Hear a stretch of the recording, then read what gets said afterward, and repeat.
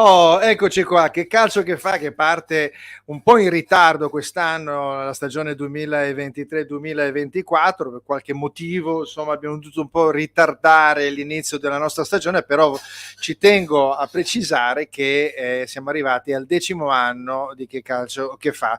Prima eravamo 2 stagioni e mezzo praticamente a Radio Milan Inter, poi siamo passati al Civil Music Radio in diretta, poi dopo la pandemia siamo andati in streaming, continuiamo ad avere la collaborazione con Civil Music Radio, che è uno dei principali radio web d'Italia, e quindi andiamo in streaming anche in una forma molto tranquilla e leggera, ovviamente in linea con quella che è la personalità della nostra trasmissione, no? La leggerezza di trattare il calcio in un modo po' più arioso, ecco, perché diciamo che ultimamente ci sono stati degli ammorbamenti un po' eccessivi, no? Quindi direi che forse bisogna anche un po' parlare del calcio in senso lato, meno ovviamente polemico, sempre in qualche modo tirato in ballo da una fazione, dall'altra. Insomma, parlare del calcio oggi con persone ovviamente competenti, che vengono da delle esperienze ben precise, che continuano il loro processo professionale, e quindi ho il piacere indubbiamente di presentare Salvatore Lopresti, eccolo qua, con una carriera inimitabile a livello di carta stampata e di comunicazione riguardante il calcio. Buonasera Salvatore. Buonasera a te e a tutti i telespettatori. E poi la vecchia conoscenza Marco D'Avanzo, visto che ci siamo già visti altre volte con la presentazione dei suoi bellissimi volumi che lui edita per Soccer Data. Eccolo qua. Ciao, buonasera, buonasera Fulvio, buonasera Salvatore e a tutti quanti. A tutti quanti. C'è già qualcuno che si è inserito con un commento. Ecco, Michele Frattini. Ciao Michele, grandissimo Fulvio, non ho proprio ben niente, e grazie a voi che partecipate sempre alla trasmissione. Michele Frattini, che è un talent scout che abbiamo avuto in trasmissione più volte e che in questo momento è un punto fermo della trasmissione in Rai, ovviamente legata al calcio.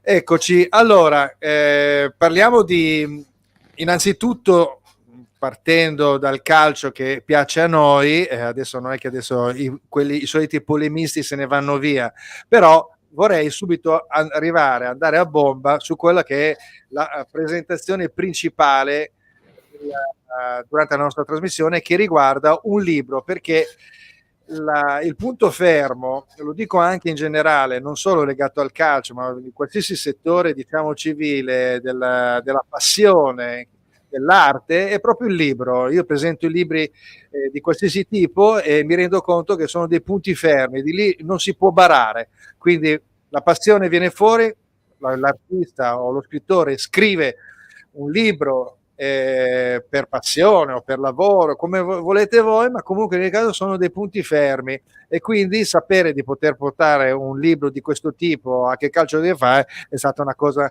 molto diretta e importante. Il libro è subito questo: Storia del Torino nei tornei internazionali dal 1936 al 2019. Soccer Data editore Marco D'Avanzo, Salvatore Lopresti l'abbiamo qua, e Pietro Marchione.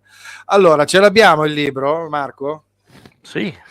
Eccolo qua. Ce l'abbiamo, certo che ce l'abbiamo. No, perché di solito ci sono le dimenticanze, no? No, io me lo porto dietro anche in bagno. Quindi. Ma anche in bagno, ecco, storia del...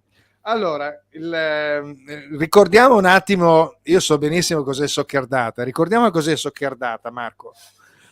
Allora, Soccer Data è una ditta individuale proprio sotto tutti gli aspetti, perché lavoro praticamente da solo con l'aiuto di Pietro Marchione, appunto, che ha firmato anche lui diligentemente l'opera. Sì. È nata nel 2008, quando UEFA ha deciso di cercare nell'ambito europeo un collaboratore che potesse digitalizzare tutta la storia del calcio internazionale che loro avevano costruito nel tempo, con le partite delle nazionali e con le partite delle coppe europee. Mi hanno scelto per volere, io ringrazio Padre Eterno per perché appunto loro abbiano fatto questa scelta relativa nei miei confronti, e per 10 anni sono andato avanti a lavorare per loro come responsabile dell'archivio storico di UEFA, appunto, e ho digitalizzato tutte le partite internazionali che sono state giocate fino all'epoca. Finita la collaborazione nel 2018 con UEFA, ho avuto la possibilità da parte loro di poter in qualche modo pubblicare le parte di ciò che avevo controllato, verificato e digitalizzato per loro. Quindi le partite internazionali che il Torino, che sono presenti in questo libro, sono molte relative alle partite europee giocate in ambito UEFA dal Torino, ma altre invece sono mie ricerche personali sulle partite, per esempio della Mitropa Cup o altre competizioni che non c'entrano nulla con UEFA, che ho assemblato insieme. E niente, Social Data è questo, è l'unione di una grandissima passione che ho sempre avuto da piccolo, con la fortuna di essere arrivato primo e unico fortunatamente nell'ambito UEFA come collaboratore esterno, come così responsabile dell'archivio storico, e questo mi permette tuttora di poter portare avanti questa passione tramite libri che, come hai detto tu giustamente, hai detto una frase bellissima, che non possono mentire, quindi c'è dietro la passione, ma ci deve essere anche la competenza, la voglia di fare, la voglia di migliorarsi. Sì, e poi diciamo che è molto statistico, no? Quindi i dati non mentono, no? Quindi, no, assolutamente ecco. no. Per rileggere bene poi è importantissimo, però è chiaro, il dato è... Sì, perché poi dopo alla fine, per esempio, guardando una classifica del vostro libro, si possono fare delle considerazioni, dopo la guarderemo, no? Quindi sì. Salvatore Lopresti ha editato per anni l'annuario del calcio mondiale, quindi un'attinenza in qualche modo c'è, magari non così specifica, ma comunque legata ovviamente a giocatori e squadre. Ecco, quindi abbiamo la stessa passione condivisa, no, Salvatore? Certo, Marco, che era uno dei collaboratori più preziosi dell'annuario del calcio mondiale, l'ho conosciuto così. Se ne è pentito dopo? Si è pentito? Spero di no. Amaramente. Mi curava una parte dei dati stagione per stagione del calcio internazionale. Io avevo avuto quest'idea dopo, ispirandomi a quella famosa pubblicazione inglese che una volta era il Rothmans e poi ha cambiato sponsor per anni, era passato sotto l'egida di Sky, e così avevo la stessa passione, avevo divulgato quelli che erano i dati che nessuno riusciva a trovare altrove. Per esempio l'annuario Panini, ottima pubblicazione che è nata nel 1939 e che ancora è in piedi dopo aver cambiato diversi editori, ma essersi fossilizzata per i tipi della famiglia Panini, oggi in mano a una multinazionale americana.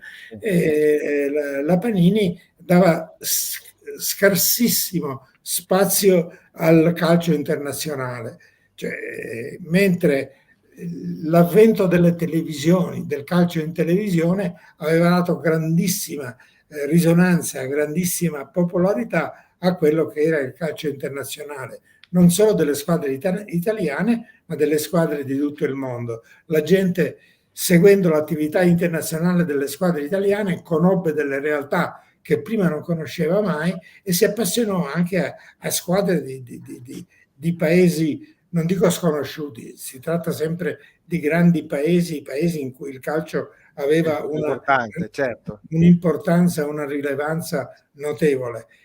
Però non c'era prima la possibilità di trovare dei dati, e invece con il Rothmans prima e in Italia con il mio annuario del calcio mondiale la pubblicizzazione di questa attività prese veramente corpo. Ecco, adesso però l'annuario non c'è più, giusto? Anche perché poi la tecnologia consente anche di poter recuperare, non dico i dati, ma perlomeno approfondire la passione, mentre invece magari per Soccer Data c'è una specificità proprio, no? Nell'andare a recuperare determinati dati, no? Non è semplice trovare su internet delle cose, delle ricerche come nel tuo caso, no Marco? Sì, in linea molto generale la differenza è che l'annuario del calcio mondiale doveva per forza essere attuale, quindi doveva riportare, oltre che portare i dati storici, appunto, sì.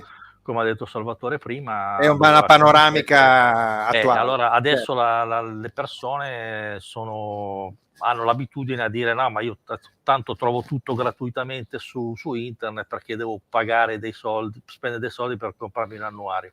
Certo. La carta mi porta via spazio a casa e quindi è tutto digitale. Conclusione di tutto è però che secondo me si è abbassato tantissimo il livello di conoscenza proprio della materia, perché pensiamo tutti di poter usufruire di qualsiasi nozione in qualsiasi momento e alla fine non lo facciamo mai, e quindi molto spesso si parla vanvera anche del calcio attuale.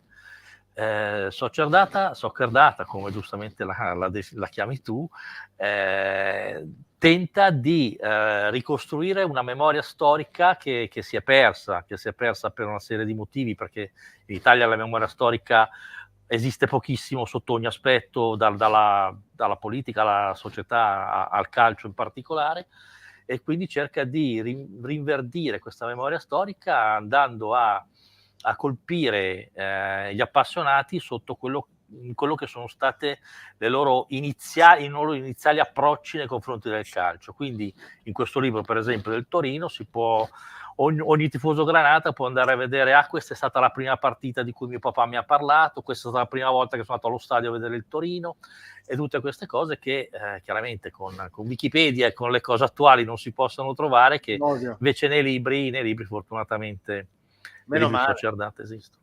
Meno male. Sì. Meno male, certo, sì, anche perché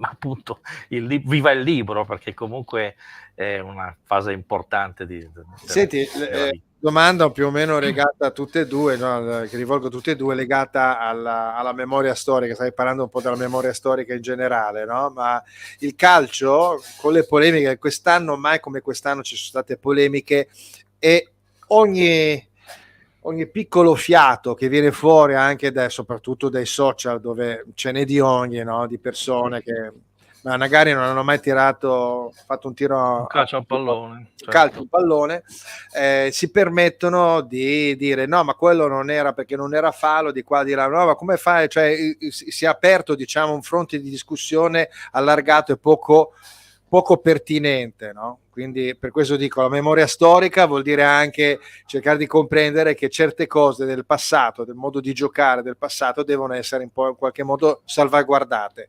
Quindi assolutamente. Allora vi faccio proprio questa domanda, questa contraddizione della memoria storica, ma al tempo stesso c'è anche la tecnologia, no? Che sembrerebbe darci una mano, ma mi pare che non ce la dia.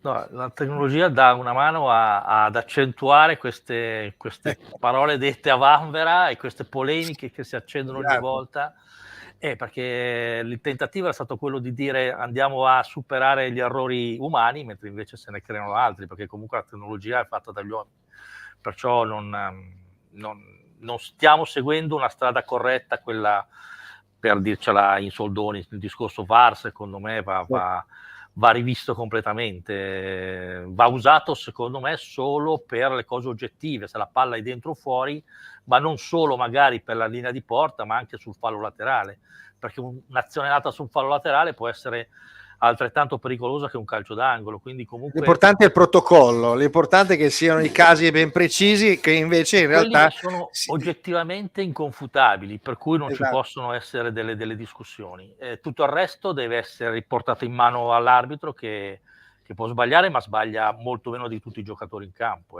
Certo. Salvatore, qual è il suo pensiero? Sì, infatti secondo me il VAR deve è un grandissimo strumento per aiutare l'arbitro a non sbagliare, per correggere gli errori lampanti, clamorosi. Invece è diventato, in una generazione cresciuta sulle ali di una campagna giornalistica per l'adozione della cosiddetta moviola in campo, è diventata una sovrapposizione all'arbitro. Dopo le prime 2 o 3 stagioni di VAR erano diminuite le polemiche, si era cominciato a fare un uso un po' più corretto di questo strumento straordinario che la tecnologia ci ha regalato. E poi invece il VAR ha finito per moltiplicare i motivi di polemica. Adesso non si polemizza più sull'operato dell'arbitro, solo sull'operato dell'arbitro, ma anche sull'intervento del VAR, se il VAR poteva intervenire o meno. Salvatore, con la sua esperienza, non pensa che questa sia una cosa fatta d'arte, no? Probabilmente è una o è scivolata via di mano ai responsabili. Ma sì, è un po' scappata di mano, perché gli si è dato un valore, un'importanza che è superiore a quello che può avere. Si è dimenticato che il VAR è comunque utilizzato da un uomo. L'interpretazione delle immagini che il mezzo tecnologico ti dà è comunque sempre sottoposto alla valutazione dell'uomo. E poi il nemico del VAR è sempre di più l'IFAB. Molta gente non sa cos'è l'IFAB. L'IFAB è l'ente che sopravvede al regolamento del calcio. Ora, l'IFAB, che prima era fatto da 4 ubriaconi delle 4 federazioni inglesi e che poi è stato integrato in ente autonomo con la partecipazione anche di ex arbitri, dirigenti, ex calciatori, eccetera, non fa altro, nelle ultime decisioni di sua competenza, non ha fatto altro che complicare l'interpretazione delle regole del calcio. Anziché stabilire delle regole fisse, ha stabilito delle regole che richiedono una interpretazione sempre più complessa, sempre più elaborata, sempre più complicata. E questo ovviamente aumenta il materiale di polemica che, dato a gente competente, funziona, dato a gente non addetta ai lavori, crea soltanto confusione. Crea confusione, però crea anche contatti, crea anche movimento nella comunicazione, quindi solo che ci deve essere un po' una legittimazione della realtà. Io penso, per esempio, molte volte ci sono dei falli. Noi anni fa, prima del VAR, dicevamo vabbè, ma dai, quello non poteva essere fallo, poi fai dare un rigore del genere. Adesso c'è una scientificità certe volte per andare a dare un rigore che anni fa non l'avremmo dato. Io non so, è chiaro che c'è uno strumento che ti dice quello è rigore secondo i nostri dettami, e allora siamo sbagliati noi da un certo punto di vista, perché altrimenti l'interpretazione diventa un'interpretazione, un'opinabilità da parte dell'uomo, come diceva appunto Salvatore. Insomma, cioè, l'opinabilità dell'uomo, dell'intervento dell'uomo è stata moltiplicata dal VAR. Esatto. Cioè, prima l'opinabilità sull'intervento dell'arbitro e poi l'opinabilità sulla valutazione che il VAR ha dato dell'intervento dell'arbitro. Sì, però ecco, la memoria storica io lo vedo adesso, non perché io sono un po' in area interista, no? E quindi siccome ho mosso un po' una battaglia riguardo a questo, c'è stato un gol all'ultimo minuto in un Genoa-Milan quest'anno, poi stiamo entrando in una polemica ovviamente in questo caso, dove un traversone da destra lungo 30 metri passa, quindi la palla ha una pesantezza, arriva in un certo modo, il giocatore Pulisic, spalle alla porta, addomestica col petto in realtà non ha domesticato col colpetto, con quella forza lì, quel pallone sarebbe rimbalzato in avanti, invece se l'è ritrovato giustamente, se l'ha accomodato e ha fatto la mezza giravolta e ha segnato. Secondo me questo fa parte, il protocollo dice, a parte che avevano detto che non c'erano le immagini del VAR, mi sembra strano, cioè non sono riusciti a capire se aveva preso di braccio o di petto. Comunque in ogni caso si sa che nel calcio, quando ti arriva una palla di quel tipo, per chi ha giocato un po' a pallone, insomma è molto difficile riuscire ad addomesticarla proprio lì a mezzo metro e poi girarsi per segnare. Allora su queste due cose qua, quindi non, da una parte c'è il metodo scientifico che dice non c'è l'immagine che ci chiarisce, dall'altra parte c'è la memoria storica, situazioni del genere sarebbero state annullate, quindi alla fine c'è sempre polemica e tutti sono felici e contenti perché con la polemica evidentemente la polemica serve a qualcosa. Andiamo a vedere un attimo bisogna vedere a cosa serve però poi serve a giustificare i contatti, a giustificare gli abbonamenti alle televisioni, ovviamente, a creare tourbillon a livello di immagine, no? E quindi parlate di me anche male, va bene lo stesso, purché se ne parli. No, invece vedi, volevo parlare anche di questa pubblicazione, questo tanto per dire che siamo in area Torino, anni fa, esattamente nel 2019, no? Hai editato tutto il Grande Torino minuto per minuto, questo per dire che qua ci troviamo di fronte a due granata doc, e quindi mi fa piacere anche parlare ovviamente di questa grande squadra. Vi faccio una domanda, no? Ecco, no, il dato che avevo notato nella classifica, perché qua bisogna andare a vedere, sono tutte le classifiche, quindi se andate a vedere è incredibile, la classifica dei 50 giocatori più presenti, sì. No? Allora, a una certa età me li ricordo tutti: Ferrini, Vieri, Fossati, Cereser, Puia, Pulici, Poletti, Castellini, Cravero, Venturin, Sala, Graziani, Fusi, Zaccarelli, Mozzini, Salvadori, e vado avanti. Allora, diciamo quelli più recenti sono Mussi, Venturin e già anche Cravero, già un po' distante nel tempo. Questa la dice lunga sul fatto che da una parte il Torino non riesce a centrare, a stare in Europa, quindi questa è una cosa da tanti anni, e dall'altra parte mi sembra che il tifoso granata sia un po' rassegnato da questo punto di vista, perché viaggia sulle ali ancora di quella squadra indimenticabile, meravigliosa, che ha creato veramente una stella nel firmamento del calcio. Qual è la verità? A voi? Certamente a Torino pesa la memoria del grande Torino, perché dopo Superga solo nell'epoca Pianelli la società riuscì a mettere in piedi una squadra paragonabile probabilmente a quella che vinse lo scudetto del 76 e che l'anno dopo arrivò seconda a un punto dalla Juventus, per prestigio, per qualità, per possibilità, potenzialità.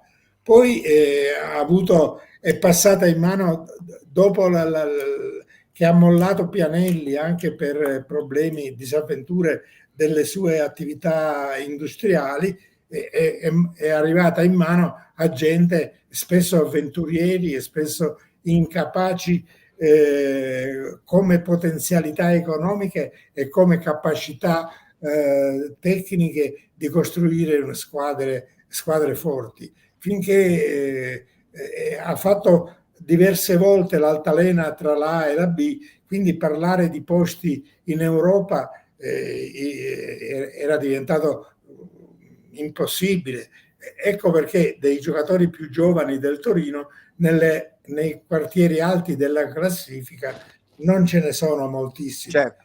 Ce ne sono pochi anche del Grande Torino, ma lì per motivi diversi. Ovviamente. Innanzitutto perché il Torino ebbe il suo periodo di fulgore prima dell'invenzione delle coppie ufficiali, quelle che ha digitalizzato l'amico Marco, e poi perché in certi periodi si giocava a livello internazionale molto meno di come si gioca adesso. Il calcio non era uno strumento per far soldi in mano alla televisione, un giocattolo, certo, una specie di bancomat. Era uno sport, un gioco e uno sport. adesso i principi socio-economici che reggono tutta la struttura del mondo del calcio sono cambiati completamente. Marco? Ma cosa vuoi che dica io dopo che ha parlato Salvatore Lopresti? Vabbè, vai.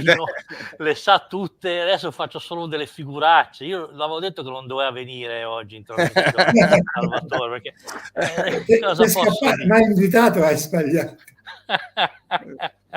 Vabbè, comunque no, cosa posso dire? È vero, nel senso che in giustificazione al fatto dei giocatori di adesso posso dire che questo libro porta anche dei tornei che non esistono più, quindi comunque no, però Marco, quello volevo dire che il dato, questo per capire che il dato non è puramente un mero dato. No, certo. Cioè, dietro a una conoscenza del genere uno dice ma perché? E allora ci sono dei motivi ben precisi, no?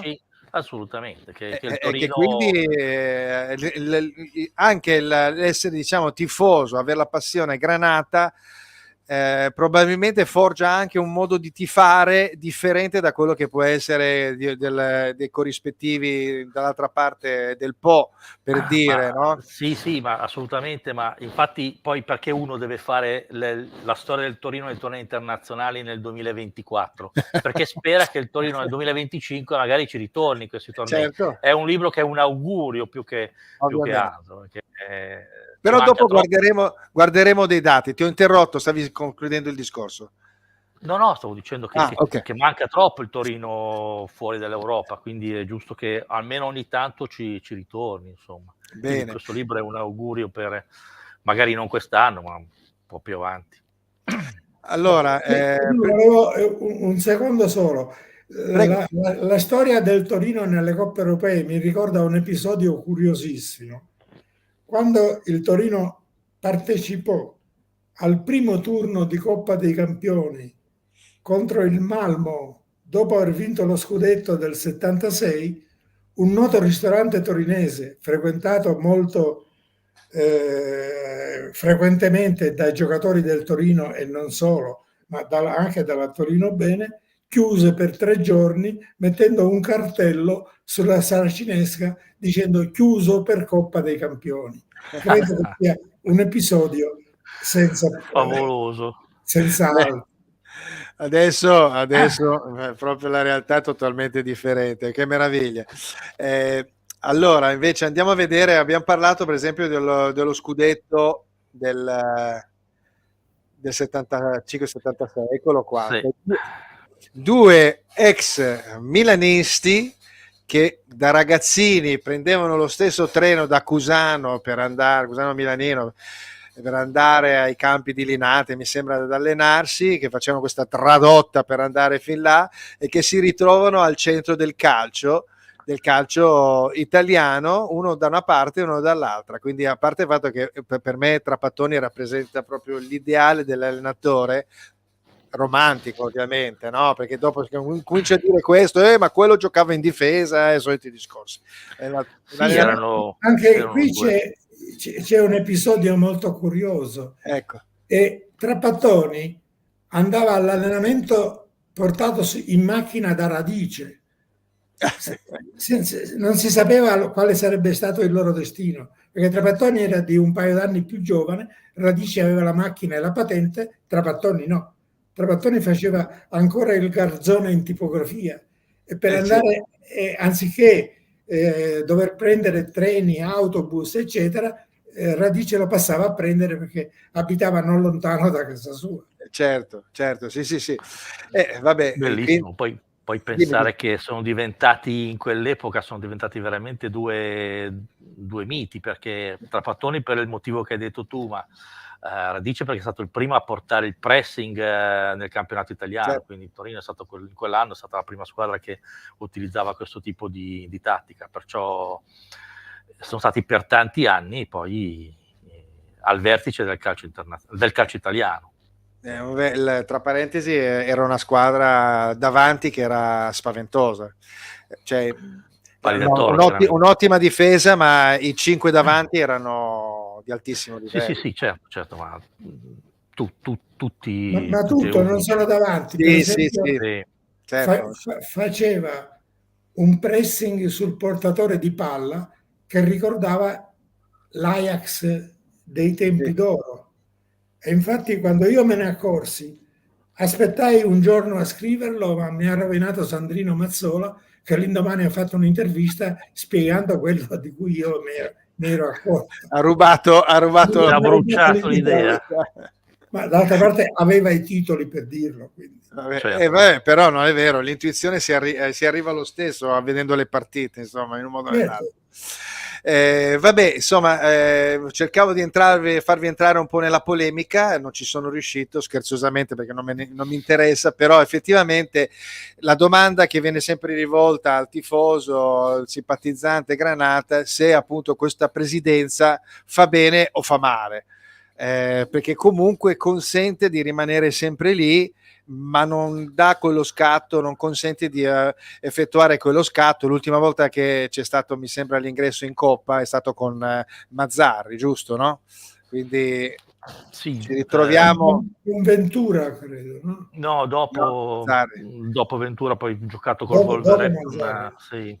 Poi perso nello spareggio, no? Cos'era lo spareggio? 19, sì, come al solito abbiamo incontrato la squadra più forte che c'era da poter incontrare, così chiaramente ci hanno buttato fuori. Allora, perché quanti anni c'è Cairo ormai come presidente? Cairo dall'ultimo anno che siamo saliti dalla Serie B c'è Cairo come presidente. Come hai detto tu, comunque ci ha in qualche modo ci ha portato fuori dalla melma, esatto. Quindi ok. Però è chiaro che il sull'ora del fallimento. Sì, assolutamente sì. Infatti questo non bisogna dimenticarlo. E come non bisogna anche dimenticare che se dovesse lasciare, a chi lascia, perché poi il calcio non è il momento del Pianelli della situazione, che tutto quello che ha fatto Pianelli con una passione grandissima è riuscito a portare il Torino a certi livelli. Qua la passione e i soldi, hai ragione Marco, tanti, non bastano più. Qua c'è veramente è un meccanismo troppo forte, troppo alto, per cui, ma lo vediamo anche con i presidenti che hanno molte possibilità economiche, che si fa una fatica pazzesca. Quindi capire anche come mandiamo via Cairo lascia, ma a chi lascia e a che patti, nel senso che certo. bisogna anche stare attenti a questo. Poi io sono il primo a dire che il Torino merita una situazione di classifica che non è solo di stare dalla parte sinistra della classifica, ma stare ben a altri posti. Però non è più il calcio degli anni 70, degli anni 80, quindi bisogna anche capire. Sentiamo Salvatore riguardo a questo. Sì, è perfettamente adeguato. Purtroppo Cairo, che ha il merito indiscutibile di aver tolto il Torino, di aver preso per mano il Torino sull'orlo del precipizio del fallimento. Ricordo quando c'era un certo Giovannone che voleva comprarlo, che era un avventuriero del settore delle acque minerali, non mi ricordo esattamente, o un costruttore, non mi ricordo neanche chi fosse, perché per una volta i tifosi videro giusto, si schierarono dalla parte giusta. Adesso Cairo tiene il braccino corto, ha il vantaggio di avere dei bilanci estremamente sani, un po' come sono i bilanci delle sue aziende editoriali, che guadagnano moltissimo e che stanno facendo prodotti anche di ottima qualità. Non tutti, però la maggior parte di ottima qualità. Però diciamo che la parte economica la sa trattare bene, ecco. La sa trattare molto bene. Sì, è una delle poche una delle poche società che ha il bilancio in attivo in Italia, sì. Perché se si guardassero i bilanci, pochissime squadre potrebbero partecipare e iscriversi al campionato in Serie A, quindi comunque il Torino fa le pochissime. Attenzione, facciamo differenza.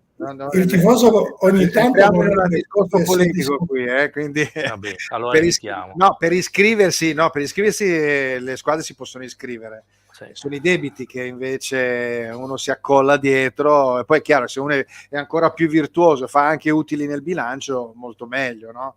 Quindi, come per esempio anche lo stesso De Laurentiis, no? Che fa tanto... Non parliamo dell'inventore del calcio, che si crede l'inventore del calcio, è riuscito a sfasciare in 2 mesi, in 3 mesi, Allora entriamo nell'attualità, ecco. perfetta costruita da Spalletti. Allora vi dico subito che dopo torneremo un attimo sui dati statistici guardando la classifica.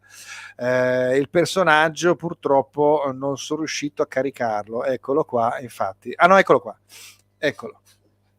Questo è Francesco Calzona a destra, il secondo di Spalletti l'anno scorso. Praticamente ha seguito le orme di Sarri ed è probabilmente sarà il nuovo allenatore del Napoli. Attualmente guida la nazionale della Slovacchia.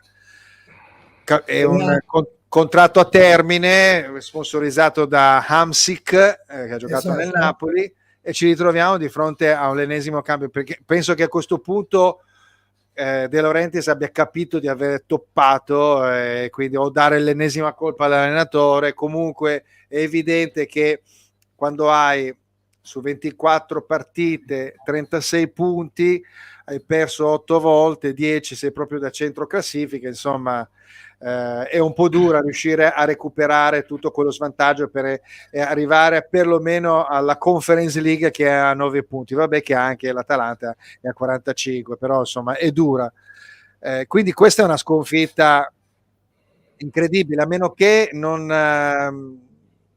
De Laurentiis pensi solo a una questione economica. Ha venduto Kim, ha scompaginato alcune cose, cerca di vendere adesso Osimhen, perché dopo alla fine l'equilibrio, diciamo, per cercare di mantenere sempre in qualche modo il bilancio è legato proprio a questo, no? Quindi cercare di fare sempre plusvalenza.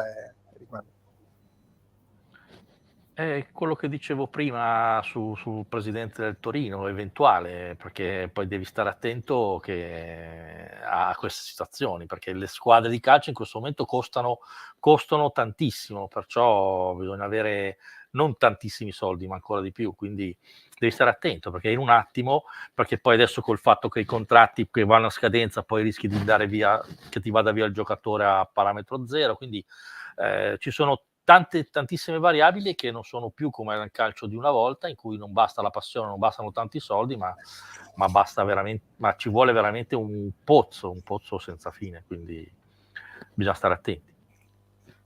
Salvatore, però non è solo un discorso anche economico, perché per esempio c'è stata una confluenza di determinati fattori che hanno fatto sì di riuscire a vincere l'anno scorso con Spalletti, con una squadra che ha giocato, i giocatori, vabbè, è andato via Kim, qualcuno è andato via, però comunque l'ossatura, il modo di giocare era quello. È stata una congiuntura astrale, oppure non lo so, oppure la mano di Spalletti? In gran parte la mano di Spalletti, perché l'allenatore bravo non è quello che vince con i grandi giocatori, è quello che sa mettere, sa sfruttare al meglio le caratteristiche dei giocatori a sua disposizione. Spalletti ci è riuscito. Guarda, a me negli anni '80 parlai con Lippi e gli disse: senti Marcello, ma chi è il miglior allenatore di questi giovani che vengono dietro? E lui mi ha detto: fuori da ogni dubbio è Luciano Spalletti. E le sue parole furono profetiche. A proposito di Spalletti, quando Spalletti allenava in Serie C, credo. Allora, io adesso non ho fatto delle ricerche statistiche approfondite, però a parte Bela Gutmann, che è stato mandato via dal Benfica dopo che ha vinto la Coppa dei Campioni, per cui adesso c'è l'anatema di Gutmann, per cui c'era l'anatema. Okay. Ma io non mi ricordo un allenatore che abbia vinto un campionato in Italia che l'anno dopo abbia dato le dimissioni e sia andato via. Perché Spalletti ha lasciato il Napoli? perché non ha saputo. Scusami, ha dato le dimissioni oppure si è fatto dimettere? Perché per esempio Conte l'ha fatto questo recentemente, sì, no? Quindi... con la Juventus no, con l'Inter. Ok. Sì, però effettivamente lì è una situazione anomala, sì, no? è una situazione un po' un'idea, un'ipotesi. Nel periodo in cui il Napoli ha fatto la sua galoppata trionfale e ha vinto lo scudetto, De Laurentiis non ha mai fatto un'intervista. Secondo me Spalletti è riuscito a far star zitto il suo presidente per 7-8 mesi. Dopo non ce l'ha fatta più e ha capito che doveva mollare, che non c'era. Ha capito che se De Laurentiis tornava a parlare e ad agire a livello personale avrebbe sfasciato tutto. Ma io credo che è chiaro che per i presidenti di queste squadre di calcio, anche a qualsiasi livello, anche quello amatoriale, l'allenatore, sono un po' dei giocattoli, è un modo di divertirsi, quindi Sì, a ragion di più se ci si mettono dei soldi in cui non devi fare molta attenzione, come diceva Marco prima. È evidente che De Laurentiis gioca ma non vuole perderci e poi alla fine i meriti sono sempre i suoi e i demeriti sono quelli degli allenatori, no? Però comunque è un esempio di sfasciamento proprio di una squadra mai visto, perché mi ricordo di aver partecipato alla trasmissione alla fine dello scudetto dell'anno scorso e dissi spero che questo sia l'inizio, perché adesso bisogna ricostruire ulteriormente, no? Cioè, andavi a cesellare su determinati ruoli, avevi una squadra e invece proprio è implosa. Quindi è terribile questa cosa. Presidenti che si compravano i giocattoli esistevano negli anni 80, negli anni 70, adesso non possono più esistere. Infatti l'ha distrutto in molto meno tempo che succede di solito. Insomma, io raramente vedo una squadra campione in carica occupare il 9° posto in campionato a un certo numero di partite dalla fine. Quindi, ecco, il 9° posto e al 10° c'è il Torino. Guardiamo tra i l'altro dati. rischia tantissimo perché possiamo superarli da un momento all'altro. Esatto, ovvio, ma guardando per esempio i dati statistici, no? A me piace tantissimo guardare i gol fatti e i gol subiti perché ti dà un'impostazione ovviamente anche sulla squadra, no? Un'idea della squadra. Il Torino ha fatto 23 gol in 24 partite, quindi è palese che ha un problema proprio di natura. È palese che i gemelli del gol hanno lasciato la squadra già da un po'. Già da un po', esatto. E l'altra sono invece i 20 gol subiti, che rappresentano meno di un gol a partita, e se si va a guardare è la terza difesa. E questo tiene a galla il Torino in quella fascia, ovviamente. Nonostante il Toro schieri un buttafuori invece che un portiere, quindi sono ancora più forti i difensori. Ancora di più. Ecco, però quello che voglio dire, no? Arrivato a un certo punto, da una cosa del genere, l'anno prossimo, mantenendo questo stato di cose, è palese che l'allenatore deve andare a creare maggiormente degli schemi migliori d'attacco e il presidente debba fornire dei giocatori un po' più performanti lì davanti. Quindi è molto semplice questo discorso, no? Non c'è molto da fare. Vuol dire che dietro sta funzionando bene, la capacità difensiva di tutta la squadra è importante, basterebbe segnare qualche gol in più, no? Quindi i dati sono molto importanti. Vedi la bellezza del calcio, Fulvio. Esatto. Ti dico una cosa in più, poi faccio parlare Salvatore, te lo prometto. Il Torino ha la terza miglior difesa in campionato, pur avendo fuori squadra Scours, che è il suo pilastro insieme a Buongiorno difensivo. Adesso Buongiorno si è infortunato da poco, però Scours è fuori dalla partita contro l'Inter all'andata. Quindi la bellezza del calcio è proprio questa: il portiere che non è un portiere, perché poi Milinkovic-Savic, diciamolo solo, lo prendiamo in confronto a Castellini, diventa veramente come io in confronto a Salvatore Lopresti, quindi è proprio una roba ridicola. Alla fine perché è bello per questo sport? Perché è assolutamente contraddittorio, perché può portare una discussione ovunque e tutti possono avere un ragione o torto nello stesso momento.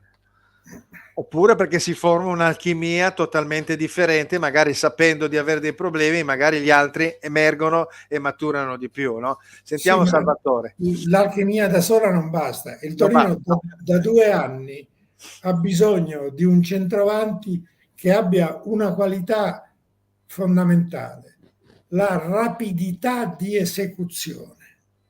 Purtroppo il Torino, prima con Sanabria, quando Juric si intestardiva a giocare con i trequartisti più Sanabria, poi con lo stesso arrivo di Zapata, che non è un po' meglio, non è più giovanissimo, ha la potenza fisica, ma non ha la grande rapidità di esecuzione che servirebbe. Il Torino, se avesse una punta in possesso della necessaria rapidità di esecuzione, avrebbe 10-15 punti in più. Sì, perché poi per tanto tempo le partite e non le vince, spesso le perde addirittura. Per tanti anni c'è stato anche Belotti, ma Belotti è uno che va in progressione, no? Segna sì, anche Belotti tecnicamente aveva dei limiti, certo, che no, per un certo punto per un certo punto ha supplito con la sua aggressività, con la sua forza fisica. Poi col passare del tempo questi limiti sono affiorati sempre più vistosamente. Allora, piccole cose, mancano un po' più di 10 minuti alla fine, abbiamo ancora qualcosina su cui argomentare. Per esempio, all'inizio della trasmissione si parlava del famoso turnover. Ieri è stato fatto un turnover nella partita di Monza-Milan e quindi è palese che con la classifica che vede ovviamente il Milan in terza posizione nei confronti dell'Atalanta un cuscinetto di 7 punti, tra parentesi la prossima partita è proprio Milan-Atalanta, fa capire che come successe l'anno scorso, la stagione scorsa all'Inter, che a un certo momento perdeva in campionato ma andava bene in Champions, quindi la squadra svoltava in quella direzione. Quindi è probabile che il turnover su cui appunto si sono accanniti tutti i tifosi rossoneri aveva un senso da questo punto di vista. Poi è andata male perché hanno pareggiato, ma dopo hanno perso ancora l'opportunità di poter portare almeno a casa un punto che ci può stare venendo da Monza. Io domando questo: il turnover è diventata una cosa esasperata, perché la devi fare perché devi tenere i giocatori un po' sotto pressione, dall'altra parte vorresti privilegiare i titolari perché comunque c'è sempre un 11 titolare, troppe partite evidentemente, quindi bisogna fare lo devi fare perché giocando tutti e 3 i giorni non puoi far giocare sempre tutti i titolari, perché li spremi appunto che non sono più in condizione di dare il massimo. Quindi il turnover ha una sua logica, però c'è un fattore cerebrale, un fattore inconscio. Nel momento in cui tu fai il turnover, il giocatore più o meno consapevolmente, quello che gioca, si mette in testa che la partita conta poco e quindi può affrontarla con un approccio non giusto, non sufficientemente autoritario, non sufficientemente volitivo di come affronta le partite in cui giocano tutti i titolari.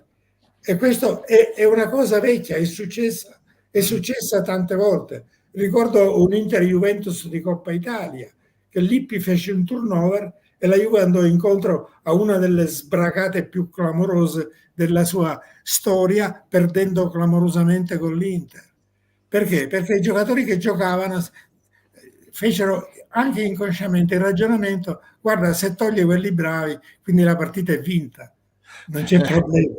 Quindi vabbè, insomma, è anche molto importante l'ambiente e il manico. È importante coltivare la testa di questi giocatori. Esatto. Beh, adesso è diventato anche molto importante veramente la questione psicologica, no? Ci sono anche nello staff, ci sono i psicologi che devono cercare di motivare ulteriormente, no? Quindi un calcio ultra definito in tutte le sue sfaccettature. Sì, assolutamente, questo è verissimo, però lo sport è psicologia, nel senso che io non conosco campioni in qualsiasi livello dello sport che non abbiano la testa per vincere.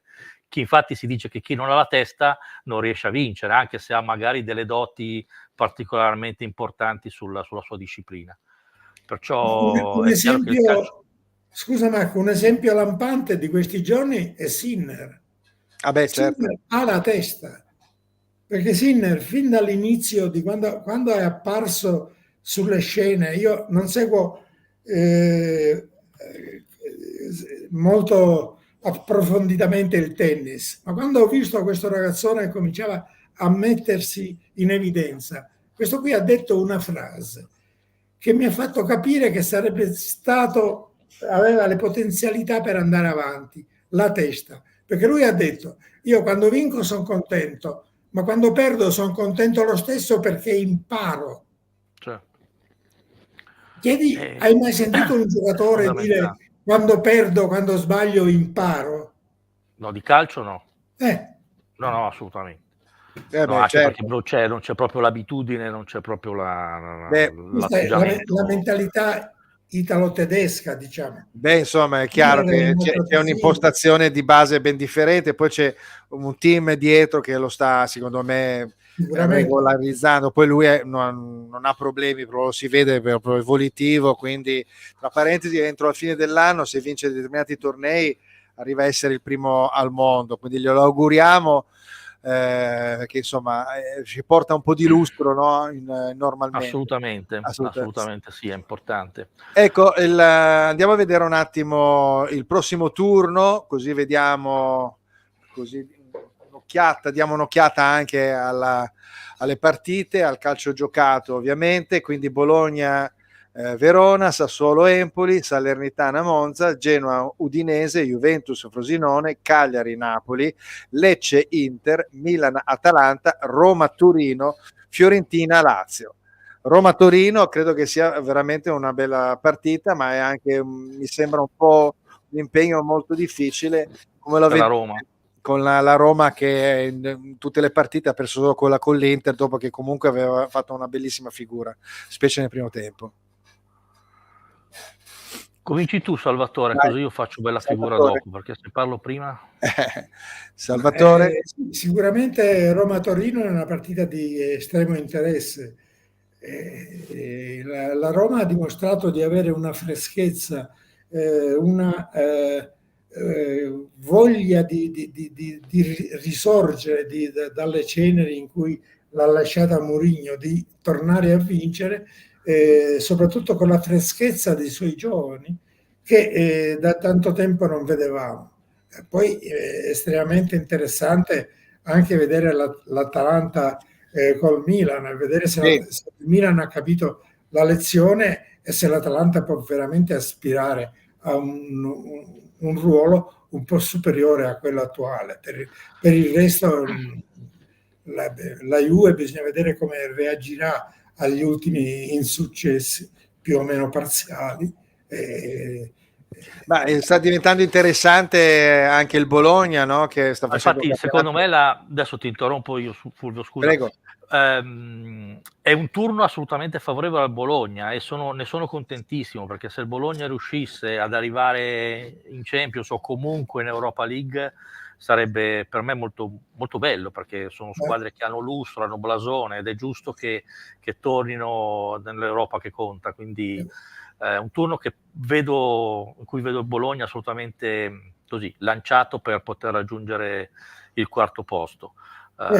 Il Bologna è una delle prime squadre che vinse parecchie coppe internazionali ai tempi, quando la prima squadra italiana a vincere la Mitropa Cup quando la Mitropa era una coppa importante, non come era l'unica coppa che esisteva, quindi era la più importante, assolutamente sì. E poi non era nata dalla Coppa Latina, no? Giusto? Era le ceneri della Coppa Latina. No, la Coppa Latina è nata dopo, la Mitropa è nata nel 27, la Coppa Latina è nata nei primi anni 50.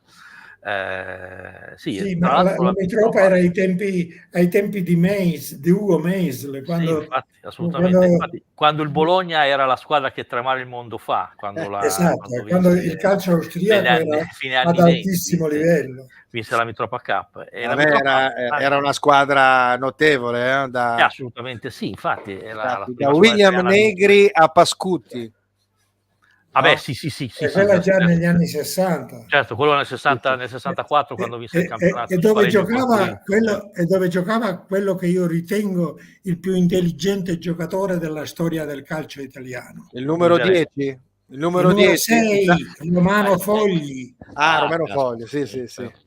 Sì, però devo dire la verità che ho rivisto qualche anno fa lo famoso spareggio del 64, no? Per la storia del doping, ci fu lo spareggio tra Inter e Bologna. A parte il fatto che c'era la palla che veniva data indietro al portiere, quindi un ostruzionismo Vabbè, pazzesco, no? anche l'Italia dell'82 ha vinto i mondiali con Gentile che passava Zoff Va contro il bene, Brasile. è vero, però Ma la palla indietro, io non sono d'accordo, secondo me l'ostruzionismo si può punire lo stesso. Il divieto di passare la palla indietro al portiere crea soltanto buffonate e lo paparazzi vediamo, abbiamo visto il gol nell'area della di Lazio, il rigore. gol del Bologna con la Lazio. Vediamo solo delle buffonate in area di rigore che non sono assolutamente spettacolo. Il Comunque regolamento chiudo, consente di sì, punire l'ostruzionismo. chiudo solo sul discorso dello spareggio, che effettivamente mi ricordo le geometrie di Romano Fogli dietro a Bulgarelli, era veramente un grande giocatore. Haller, Nielsen, Pascutti. Sì, diciamo che il ritmo era un po' lentino, ecco, forse Sì, siamo sì, anche troppo abituati, forse anche al ritmo forsennato di adesso. Il calciatore è diventato un centrometrista muscoloso, lo si che non vede sa anche nella stoppare la conformazione. palla. Non ci sono più Scusa? dribbling, non ci sono più E non ci sono stop più al dribbling, volo esatto. e quindi è tutto un altro Quindi sport. bisogna a questo punto andare a recuperare la storia del calcio attraverso i dati, quindi la cosa migliore che si deve andare a fare è quella di andare, per esempio, richiedere a Soccerdata un bel catalogo dei prodotti del 2024. Scusa, ti faccio un po' di pubblicità da questo No, punto di vista, ma è anche giusto e grazie. doveroso. Lo vediamo qui con le varie, appunto, qua si vedono delle schede interne, ci si rende conto cosa vuol dire il lavoro dietro che c'è stato indubbiamente di Marco Davanzo, andare a recuperare tutte le informazioni attraverso i suoi canali, quindi le fotografie, i dati storici proprio al millesimo, e poi qua ci sono le categorie nell'indice che si vedono tranquillamente, quindi la storia appunto delle coppe europee, le speciali edizioni e via tutto il resto. E queste qua sono ovviamente, questo è le testate, i vari prodotti con i listini, con il listino, diciamo, con i prezzi, quindi andate a vedere, perché poi tra parentesi ci sono delle cose, magari non hai messo tutto, non so se hai messo tutto. Beh, diciamo che la cosa che sono disponibili adesso sì, sono tutti, ma sono già una quarantina di titoli, quindi comunque ce n'è per tutti i gusti. Dalla storia delle coppe europee alla storia dei club più importanti nelle coppe europee, sia in italiano come ho fatto il Torino, come ho fatto la Lazio, ho fatto l'Atalanta o l'Udinese, o in inglese come ho fatto Juventus, Inter, Milan, Roma, Barcellona, Bayern Monaco, Ajax, eccetera. Ma tu volendo hai un archivio più vasto e quindi hai in teoria la possibilità di fare adesso anche con le stampe con copie minori, no, di quantità, puoi andare in qualche modo ad esaudire sì, i possiamo fare desideri anche delle pubblicazioni a richiesta esatto. che riguardano appunto. Poi è sempre un po' pericoloso dire questo, perché poi c'ho la telefonata, la mail dell'appassionato del campionato del Ghana, di Serie B, che dice: mi fai un libro sulla storia del campionato di Ghana, chi ha vinto il campionato in Ghana nel 78. Quindi diventa abbastanza, Nel cioè, limite non vorrei creare delle aspettative che poi non riesco a risolvere, però a livello di calcio internazionale europeo diciamo certo. che siamo in grado di soddisfare qualsiasi tipo di richiesta. Bene, va bene, allora siamo arrivati alla fine, ore 18 della nostra chiacchierata, abbiamo parlato un po' di calcio in modo così leggero, trasversale, e soprattutto abbiamo presentato il libro di Soccerdata di Marco Davanzo. quindi storia del Torino, di Torino Internazionale dal 1936 al 2019, Marco D'Avanzo, Salvatore Lopresti e Pietro Marchione. Grazie per aver partecipato a Che Calcio Che Fa, questa prima puntata della 10ª stagione, quindi sono molto contento di avervi incrociato, aver conosciuto Salvatore, che è un pozzo di conoscenza e di saggezza a livello calcistico. Grazie a te. Grazie a te, grazie a voi e ai telespettatori che ci hanno ascoltato. Grazie di nuovo a tutti. Benissimo.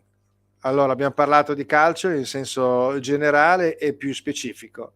I dati sono molto ma molto importanti, abbiamo visto appunto durante la trasmissione che dai dati si riesce in qualche modo a recuperare una tendenza e andare in una certa prospettiva, magari per correggere, come nel caso per esempio del Torino che segna poco, correggere un deficit e magari migliorare la posizione in classifica e a questo punto augurare di poter entrare finalmente nel lotto delle prime squadre ovviamente del calcio internazionale che possono andare a fare le coppe internazionali.